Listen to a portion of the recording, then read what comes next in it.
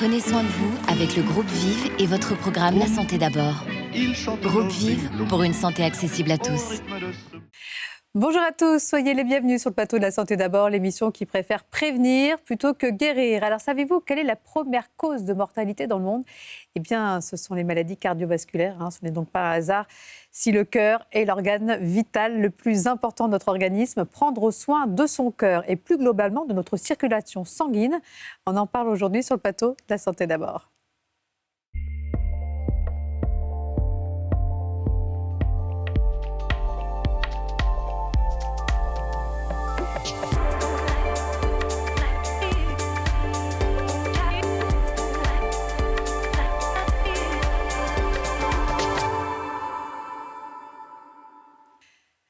Infarctus, accident vasculaire cérébral, angine de poitrine, ce sont les affections cardiovasculaires les plus fréquentes qui sont à l'origine chaque année de plus de 140 000 décès en France. Et pourtant, la plupart d'entre elles pourraient être évitées à condition d'agir sur certains facteurs de risque comme le tabac, la sédentarité, le stress ou encore une alimentation déséquilibrée. Alors évidemment, c'est plus facile à dire qu'à faire, mais nous allons voir avec mes invités que même de tout petits changements dans notre hygiène de vie peuvent avoir des conséquences pour notre cœur, en tout cas faire déjà beaucoup pour notre santé cardiovasculaire. Docteur Trian Tafilou, bonjour, j'ai bien prononcé, ça va ? Bonjour, tout à fait. C'est grec ça, hein ? Oui. Grec, oui.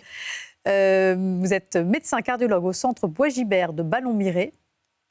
Tout à fait. Un des centres de référence dans la prise en charge des maladies cardiovasculaires. Merci. Et vous serez secondé dans votre mission par Jules Frossard, bonjour, préparateur physique, enseignant en activité physique adaptée et santé. En fait, votre métier, c'est de nous donner envie de faire du sport, c'est ça ? Entre autres, puis d'accompagner les gens sur leurs projets. Voilà, en tout cas, une activité physique adaptée à notre état de santé et surtout de nous faire progresser. Tout à fait. L'idée, c'est de nous challenger un peu, sinon c'est pas drôle. Bon, merci à tous les deux d'avoir accepté notre invitation. Alors, avant de commencer, je vous propose d'aller à la rencontre des Français et des Françaises. Connaissent-ils les maladies cardiovasculaires les plus courantes ? Quels sont les principaux facteurs de risque qui favorisent ces maladies et comment peut-on les éviter ? On leur a posé toutes ces questions. C'est un sujet de Damien Tesmier.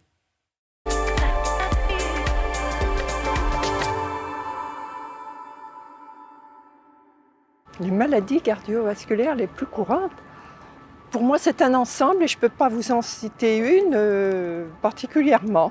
Il y a l'AVC, la crise cardiaque. C'est tout, c'est les deux qui me viennent là. Les principaux facteurs, à mon avis, c'est l'obésité, le cholestérol surtout, la cigarette, l'alcool, les mauvaises hygiènes de vie. L'alimentation, la sédentarité, le manque d'activité. Le rythme de vie, la façon dont on se nourrit. Je crois que c'est le stress, beaucoup, la pollution, l'environnement, la façon de vivre. Alors, il y a bien sûr le tabac, des excès de médicaments, le bruit. Je pense que ça peut agir. Comment éviter ces maladies ? Arrêter de fumer, faire du sport et manger d'une manière plus sainement. Comme moi, aller à la salle de sport et faire du rameur. Mais il faut commencer doucement. Avoir un métier qui ne vous stresse pas, ne pas avoir des chefs qui vous harcèlent ou des collègues ou des parents d'élèves. Alors, en mangeant sain, pas de gras, des fruits et légumes, une activité physique, du sport. Donc oui, boire de l'eau, pas d'alcool, pas fumer, ne plus vivre quoi. En gros. Bon, nos Français, ils sont plutôt bons sur les facteurs de risque, mais il doit quand même y avoir quelques trous dans la raquette parce que ces maladies restent la première cause de mortalité dans le monde. Évidemment, entre le dire et le faire, il peut y avoir tout un monde parfois. Et surtout, la première cause de mortalité chez les femmes, avec 27,7% des décès, alors que c'est seulement la deuxième cause chez les hommes depuis 2004, avec 25% des décès. Comment est-ce qu'on peut expliquer que les maladies cardiovasculaires sont devenues aujourd'hui la première cause de mortalité chez les femmes depuis ces 20 dernières années ? Alors, tout à fait, c'est justement l'accumulation de tous ces facteurs de risque chez les femmes.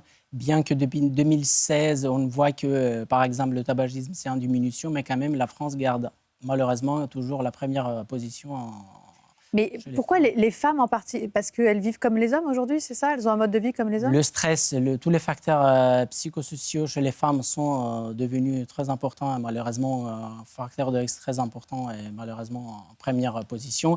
Après, c'est la prise de poids, la mauvaise hygiène de vie, l'obésité et le diabète qui sont en train de faire augmenter le chiffre chez les femmes. Et les femmes fument surtout. Hein. Elles le tabagisme. Plus que les hommes après 50 ans. Là, maintenant, malheureusement, je répète, c'est première position chez les femmes au niveau du tabagisme chez les femmes. Et surtout en augmentation à l'âge de 45 à 65 ans. C'est-à-dire qu'une femme a 4 fois plus de risque de mourir d'une maladie cardiovasculaire que d'un cancer du sein. Je pense qu'on n'est pas suffisamment informé sur ces chiffres. Alors que l'on soit un homme ou une femme, nous avons tous intérêt à suivre les précieux conseils de prévention que prodiguera tout à l'heure Jules. Mais pour l'instant, gros plan sur les super pouvoirs du cœur, de notre cœur. Alors, pourquoi ne se fatigue-t-il jamais comme les autres muscles alors qu'il travaille tout le temps? C'est-à-dire qu'un cœur humain quand même battrait en moyenne 3,5 milliards de fois au cours d'une vie. Il contient beaucoup de petites centrales à énergie, c'est ça en fait? Tout à fait. Et après, il y a de spécificité, des modalités, d'automatisme, d'une régularité, d'une manière de se contracter de façon continue et involontaire. Et via le système autonome neurologique. Donc, ce qui pourrait expliquer que le cœur pourrait continuer de battre en dehors de notre corps tant qu'il reçoit de l'oxygène. C'est la physiologie du tissu nodal et puis toutes ces structures de fibres myocardiques qui fait se contracter de manière continue. D'accord. Et en fait, les neurones servent seulement à l'accélérer ou à le ralentir. D'accord. Et pourquoi le cœur des sportifs bat plus lentement que celui des autres? Parce que nous, c'est à peu près, nous, les non-sportifs ou les bientôt grands sportifs, grâce à Jules, on est plutôt à 72 battements par minute. Alors qu'un champion cycliste, je pense notamment à Miguel Indurain, lui, c'est plutôt 28 battements par minute. Alors, chez les sportifs, et surtout des hauts niveaux, de haute intensité au niveau d'athlétisme, il y a des adaptations fonctionnelles, morphologiques, électriques, si vous voulez, qui aide tout simplement mieux se remplir le muscle cardiaque, le cœur, et mieux se vider. Donc, l'athlète de haut niveau n'a pas besoin de fonctionner à une fréquence cardiaque élevée, peut avoir un débit cardiaque à cette fréquence-là. Et ça lui permet de protéger son cœur? Jules, vous qui êtes un grand sportif. Oui, bien sûr. Pour compléter, c'est sûr que c'est des adaptations physiologiques qui se font grâce à l'entraînement, peu importe le niveau. Et en fait, le coût d'un battement cardiaque va être plus efficace. Donc le cœur est plus efficace, les muscles sont plus efficaces et donc on a besoin de moins dépenser d'énergie à un même niveau d'effort. Et on protège son cœur sur du long terme, peut-être? Bien sûr, ouais. Si on estime qu'un battement cardiaque, c'est de l'énergie dépensée, bien sûr, si le cœur bat moins vite au repos, on va dépenser moins d'énergie et il a de chances de durer un peu plus longtemps dans le temps. Alors, quand on parle maladie cardiovasculaire, on pense évidemment infarctus. 80 000 personnes sont concernées par un infarctus. Cet infarctus est mortel dans l'heure, chez un patient sur 10. Que se passe-t-il au niveau de notre organisme quand on fait un infarctus et quels sont les signes les plus typiques? Tout d'abord, il faut savoir que la procédure, ce qui se passe pendant l'infarctus, c'est la rupture d'une plaque d'athérome. L'athérosclérose, c'est l'accumulation, l'épaississement de parois des artères par de plaques d'athérome. Alors, plaque d'athérome, c'est l'accumulation du mauvais cholestérol, on en parlera tout à l'heure, qui s'oxyde. Voilà, qu'on verra tout à l'heure. Ouais. Donc, au fur et à mesure, et puis toutes les mauvaises habitudes alimentaires, etc. Donc, toutes ces plaques se forment. À un moment donné, on a une obstruction d'une artère qui perfuse le cœur de sang et puis d'oxygène. Et puis, la rupture de ces plaques amène à cette expression, si vous voulez, clinique, c'est l'infarctus du myocarde. Et donc les signes, toujours la douleur dans la poitrine, dans le bras. Mais... Oui, il y a des signes typiques, ce qu'on dit nous les cardiologues, c'est-à-dire de douleurs rétrosternales oppressives derrière la poitrine, au milieu du sternum, avec parfois des irradiations dans le dos, dans les deux bras, surtout à gauche, dans les poignets, dans la mâchoire, parfois, tout à fait. Et de signes atypiques, malheureusement, que le patient ne perçoit pas tout de suite, comme des brûlures à l'estomac, l'esophage ou un alourdissement de sueur. Comment on réagit face à une personne qui fait un infarctus? Avec des signes typiques, Si on est devant une victime, il faut tout d'abord le mettre en position assise ou allongée, aérer bien la salle. On arrête rapidement toute l'activité physique parce que l'effort qui peut aggraver les choses.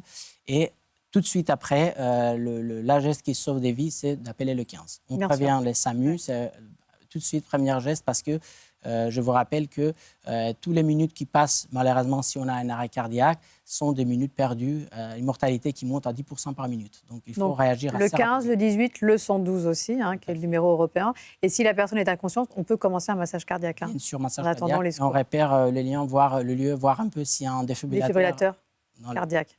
Alors, autre maladie cardiovasculaire, c'est l'accident vasculaire cérébral, le fameux AVC. Quelques chiffres, 150 000 AVC par an, une incidence en augmentation chez les personnes de moins de 65 ans en France. 30% des patients décèdent dans l'année suivant l'AVC, près de 70% déclarent avoir des séquelles. La même question, quels sont les premiers symptômes de l'AVC qui là sont plus typiques que l'infarctus? Plus typiques, oui, ils sont des symptômes plutôt neurologiques, une faiblesse dans la face ou une faiblesse dans un membre supérieur ou inférieur, plutôt côté unilatéral, ça veut dire d'un côté du corps. Parfois la confusion, perte de connaissance ou malaise, difficulté à parler ou à comprendre un discours.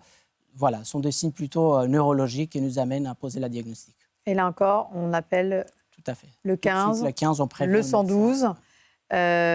Puisqu'un diagnostic précoce et une prise en charge rapide permet quand même de réduire la mortalité de 30% et limite la gravité des lésions. Donc il faut agir vite. Alors justement, ce mot, ça peut être un moyen mémotechnique pour identifier un AVC et réagir. V comme visage paralysé, I comme impossibilité de bouger un membre, T comme trouble de la parole et E comme éviter le pire en composant évidemment le 15. Mais on pourrait aussi éviter le pire en agissant beaucoup plus en amont. Les facteurs de risque des maladies cardiovasculaires sont bien connus, on a pu le voir dans le micro-trottoir. Et la bonne nouvelle, c'est que l'on peut les modifier. Et c'est là, Jules, que vous allez entrer en scène, en comment agir sur ces facteurs de risque cardiovasculaire. Alors, dans le cas de l'infarctus et de l'AVC, on l'a vu, l'objectif, c'est de limiter au maximum la formation de ces fameuses plaques d'athérome, qui est l'oxydation du mauvais cholestérol. Mais il est possible d'évaluer son risque cardiovasculaire dans des centres spécialisés. C'est ce que je vous propose de découvrir au centre cardiovasculaire Bois-Gibert. C'est votre centre, docteur, qui est situé à quelques kilomètres de Tours. C'est un reportage de Clémence Dosque.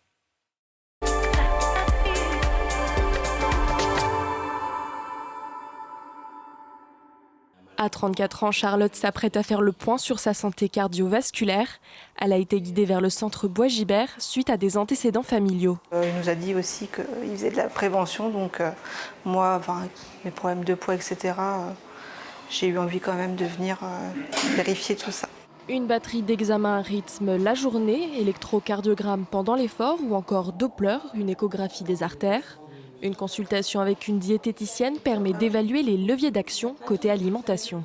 Au niveau du fromage, la patiente commençait à se dire qu'elle faisait totalement des erreurs, alors qu'en fait, elle consomme dans les quantités qui sont recommandées. Donc c'est aussi de les rassurer sur leur alimentation, leur dire que tout ce qu'ils font, ce n'est pas des erreurs, mais voir les facteurs qui ont le plus changé et s'adapter aussi à leurs habitudes de vie. Une fois les données analysées, le cardiologue revient vers Charlotte pour un bilan. Rien à signaler au vu de son jeune âge, mais le médecin l'invite à accentuer sa pratique sportive. La sédentarité, à nos jours, c'est un problème de la santé publique. On voit bien que les gens, et puis les jeunes aussi, dans les écoles, dans le collège, le lycée, etc., ils en occupent moins de moins en faisant des activités physiques et sportives. Au centre Bois-Gibert, près de 200 personnes suivent ce parcours de prévention chaque année. Une journée en partie remboursée par la sécurité sociale et parfois intégralement prise en charge par les entreprises. Bon, moi, j'aimerais qu'on revienne d'abord sur ce fameux cholestérol qui fait débat depuis déjà de nombreuses années. Et je vous propose un petit vrai-faux pour établir certaines vérités sur ce corps gras qui est essentiel au bon fonctionnement de notre organisme. Alors, première question, le cholestérol est essentiellement apporté par l'alimentation. Vrai ou faux ? Ça, c'est plutôt faux. C'est faux, il n'y a que 20%, c'est ça ? 20-30% au grand maximum, parce qu'il y a l'autre 70-80%, c'est composé, c'est la biosynthèse au niveau hépatique et intestinal. D'accord. Et qu'est-ce qui va faire qu'on va fabriquer plus de cholestérol ? Parce que le corps, l'organisme a besoin du cholestérol. Le cholestérol n'est pas néfaste pour la santé. C'est le mauvais cholestérol qu'il faut avoir de chiffres vraiment à un taux vraiment respecté. Donc le corps fabrique soi-même le cholestérol qu'il a besoin. Mais après, ce qu'on apporte de l'alimentation, c'est le régime qu'il faut jouer pour... Donc quand on mange beaucoup de fromage, c'est surtout ça qui va faire monter ce qu'on appelle le mauvais cholestérol et les graisses saturées en général. Jules, vous confirmez ? Oui, c'est ça, tout à fait. Alors justement, en parlant de bon et mauvais cholestérol, le cholestérol, c'est forcément mauvais. Non, le cholestérol, on en a besoin pour fabriquer la vitamine D, les hormones sexuelles, stéroïdiennes, les acides biliaires, pour bien digérer. Mais l'idée, c'est d'avoir beaucoup de bon cholestérol et peu de mauvais cholestérol. Alors c'est quoi, si on peut faire simple, qu'est-ce que c'est le mauvais et le bon cholestérol ? Alors, le bon cholestérol, l'HDL cholestérol, c'est le cholestérol qui tout simplement nettoie les artères du mauvais cholestérol. C'est la protéine qui en fait, ce qu'on appelle, oui, c'est une lipoprotéine, qui va en fait nettoyer le mauvais cholestérol. Le mauvais cholestérol s'accumule et puis ça forme le fameux plaque d'athérome qu'on avait dit tout à l'heure. Donc, il faudra avoir des taux respectés. D'accord, donc ce qu'on appelle le HDL, moi je retiens H, heureux, donc le bon cholestérol, c'est en fait les lipoprotéines qui vont nettoyer l'excès de cholestérol, et le LDL sont les lipoprotéines qui transportent le cholestérol du foie vers les cellules. Et s'il y en a trop, c'est là où si on ne l'élimine pas bien, c'est là où ça peut s'accumuler et former ces fameuses plaques d'athérome qui peuvent se rompre et donner des maladies cardiovasculaires.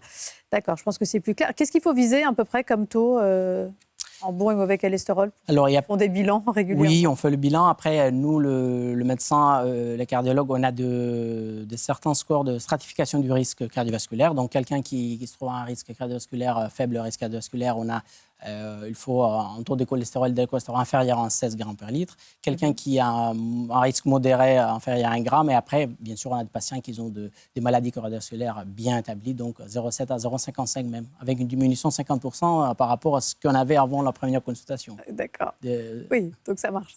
J'ai trop de cholestérol, mais je ne peux rien y faire, c'est génétique. C'est vrai ou faux, ça? C'est faux. C'est faux. On peut toujours faire quelque chose? On peut toujours faire quelque chose. C'est vrai qu'il y a deux maladies, notamment l'hypercholestérolémie familiale, mais je vous rappelle qu'il y a deux types. L'homozygote qui est 1 sur 1 million d'habitants, donc en France actuellement 65 à 70. Donc là, on a beau faire tout ce qu'on veut, on fabriquera toujours trop de cholestérol. Voilà. Et là, on a des chiffres très élevés. Là, effectivement, il y a de stratégies thérapeutiques assez ciblées, assez spécifiques.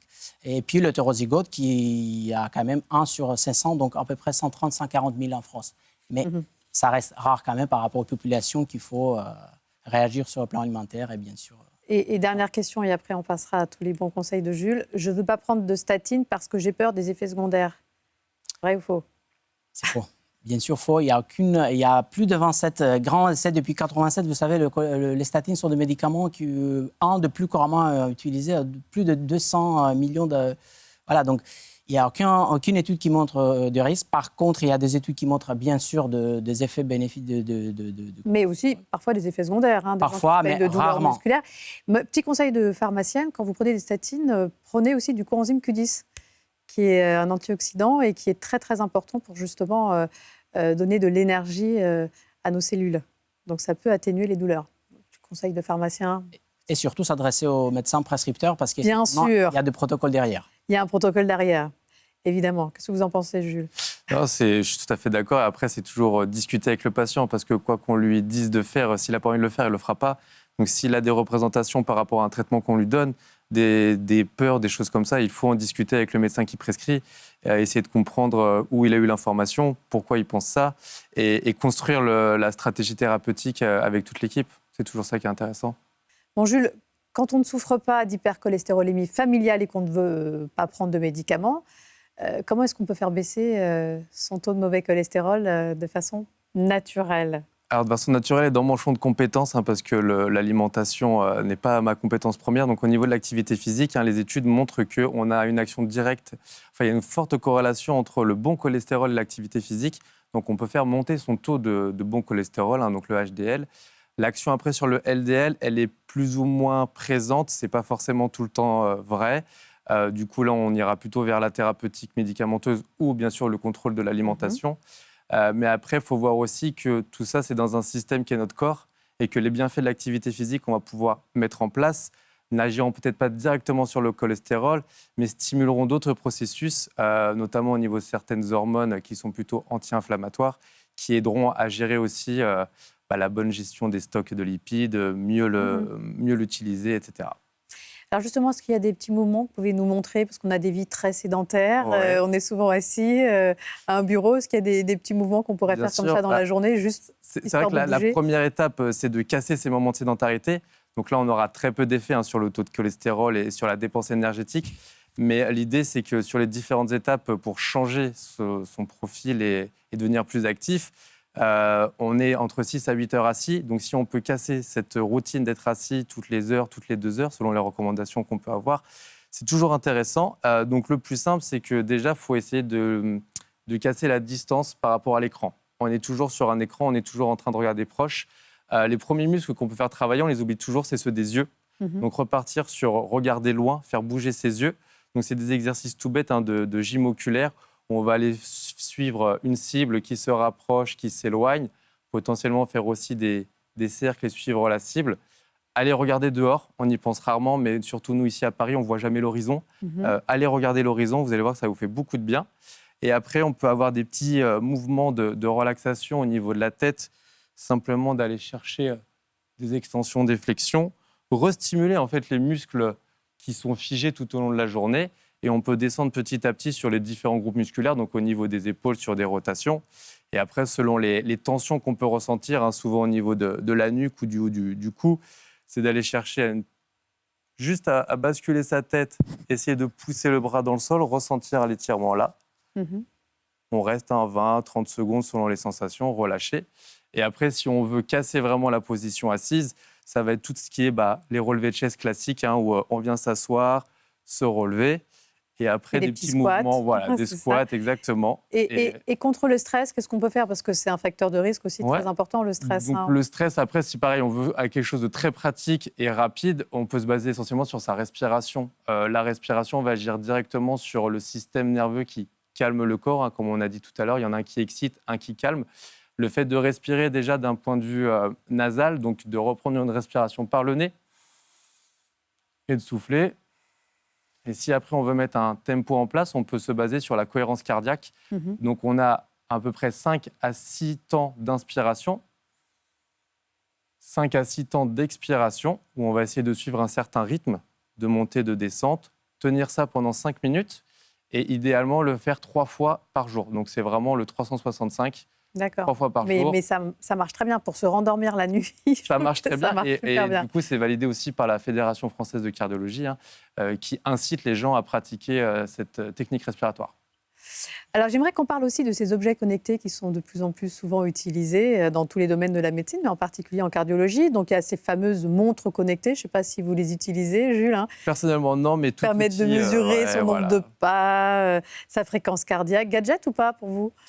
Alors, nous, dans le monde cardiologique, si vous voulez, il y a des outils connectés depuis des années.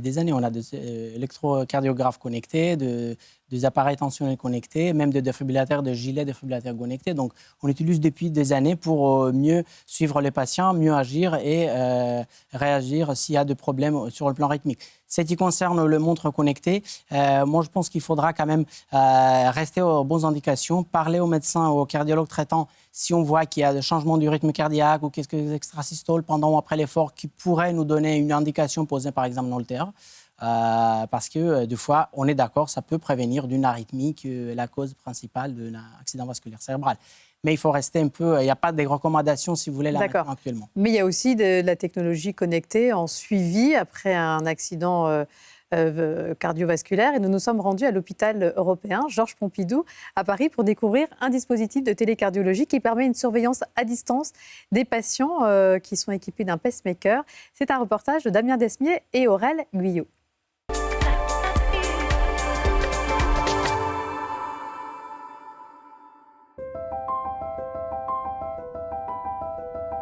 Le pacemaker peut être indiqué chez des patients qui ont des maladies cardiaques dans l'hôpital Georges Pompidou. On implante les patients qui présentent des grands ralentissements cardiaques qui peuvent provoquer des malaises et qui peuvent mener à des conséquences graves, donc des traumatismes, voire à l'extrême un décès du patient. Le pacemaker se présente comme ça. C'est un petit appareil électronique qui va être implanté sous la peau, qui sera connecté via ce qu'on appelle des sondes qui vont directement dans le cœur. L'idée étant donc de mettre ce petit appareil électronique en remplacement ou comme une roue de secours pour les systèmes cardiaques qui sont normalement effectifs mais qui sont chez nos patients défectueux.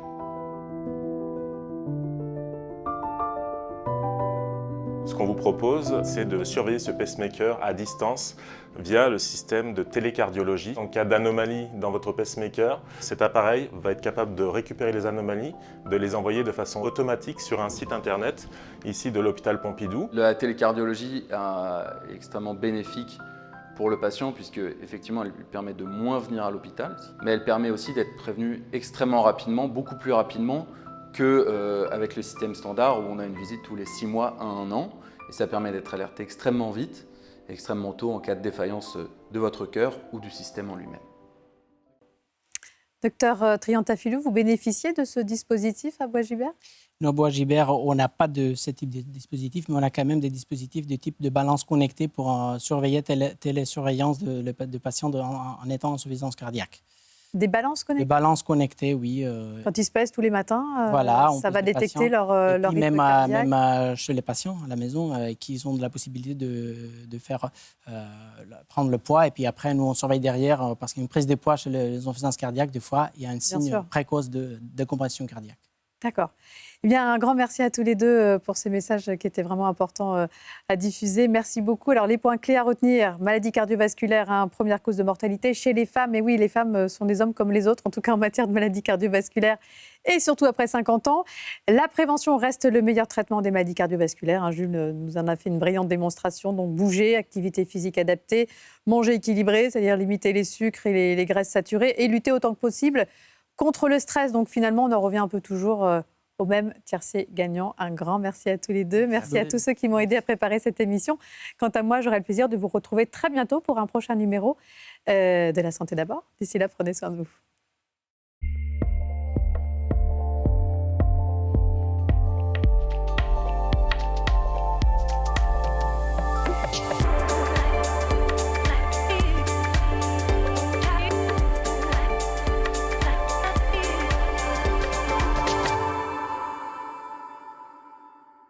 Le groupe Vive vous a présenté La Santé d'abord, le programme qui prend soin de vous. Groupe Vive pour une santé accessible à tous.